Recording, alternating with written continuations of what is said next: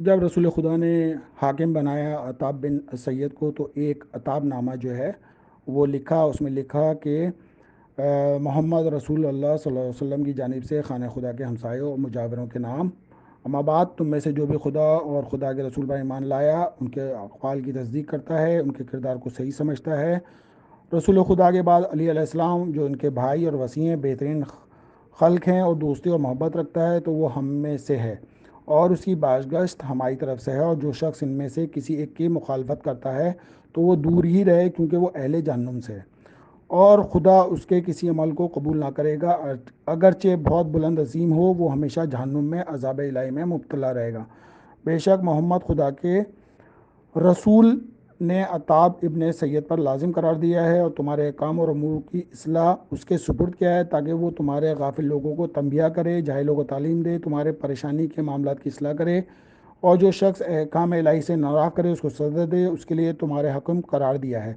اور میں جانتا ہوں کہ وہ تم سے افضل اور شرف میں زیادہ ہے۔ محمد اور رسول خدا کی محبت، علی ولی اللہ کی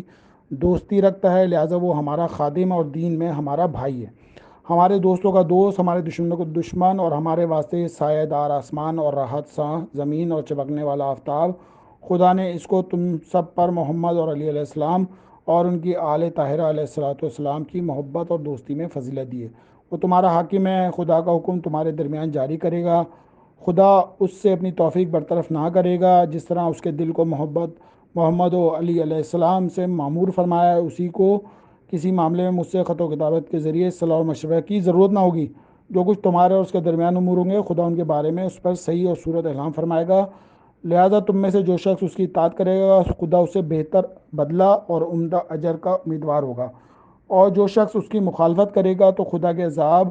سخت میں مبتلا ہوگا، اور اس کی کمسنی کو میں تم سے کوئی اس کی مخالفت کا بہانہ قرار نہ دے، کیونکہ عمر کی زیادتی کے سبب کوئی افضل نہیں ہوتا، بلکہ افضل وہ ہوتا ہے جو بزرگ تر ہوتا ہے، اور وہ ہمارے دوستوں کی دوستی، دشمنوں کے ساتھ دشمنی میں تم سے بہت زیادہ ہے، اسی سبب سے ہم نے اس کو تم پر امیر مقرر کیا ہے، لہذا جو اس کی اطاعت کرے یا کہنائے ہے اس کی سعادت مندی کا، جو شخص اس کی مخالفت کرے گا اس کا عذاب دوسروں کی گردن پر نہ ہوگا۔ عطاب اس پر وانائے سرور کائنات کو لے کر مکہ وارد ہوئے اور ان کے مجمع میں کھڑا ہوا اور کہا، اے گروہ اہل مکہ، جناب رسول خدا نے مجھ کو تمہاری طرف بھیجا ہے اور تمہارے منافقوں کو واسطے جلا ڈالنے والا انگارہ ہوں، تمہارے مومنین کے لیے رحمت اور برکت ہوں، اور میں مومن اور منافق کو بخوبی پہچانتا ہوں۔ بہت جلد نماز کے لیے منادی کراؤں گا جس میں تم لوگ حاضر ہوں گے، اس وقت میں دیکھوں گا کہ جو تم میں سے مسلمانوں کی جماعت میں حاضر ہوگا اس پر مومنین کے احکام کروں گا، اور جو حاضر نہ ہوگا اس کا کوئی معقول عذر ہوگا تو اس کو معذور سمجھوں گا، ورنہ خدا اور رسول کے حکم کے مطابق اس کی گردن اڑا دوں گا، تاکہ حرم خدا کو منافقوں کے ناپاک اور نجس وجود سے پاک کر دوں۔ یاد رکھو، صدق اور سچائی امانت ہے، اور ہر جھوٹ اور فجور